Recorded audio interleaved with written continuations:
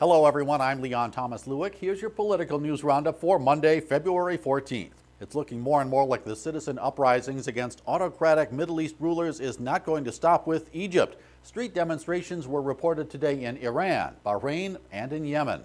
Things got violent in Iran, where hundreds of riot police fired tear gas to break up a march designed to show solidarity with Egypt. Many demonstrators were chanting "Death to the dictator" in shouts referring to President Mahmoud Ahmadinejad. Phone lines were cut and dozens of arrests were reported. Ironically, just last week, Ahmadinejad himself praised the uprising in Egypt, saying it would mean a new Middle East without interference from Israel and the United States. Things were more peaceful in Yemen and Bahrain, although pro-government demonstrators clashed with hundreds of student protesters in Yemen calling for the ouster of President Ali Abdullah Saleh. Like the ousted Hosni Mubarak of Egypt, Saleh is considered an ally of the United States in the fight against al-Qaeda in Yemen. Egypt is wasting little time when it comes toward moving for democracy.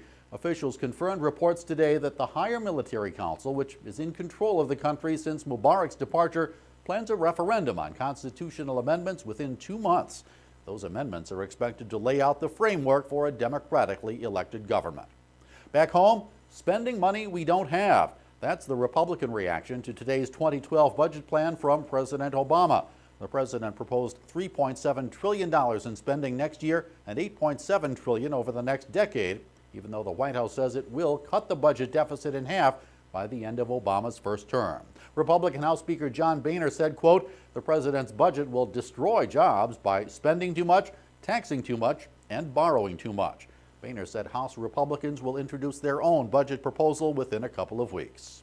That's your political roundup for Monday, February 14th. I'm Leon Thomas Lewick. Stay logged on to rttnews.com for more on these and other political and financial news stories throughout the day.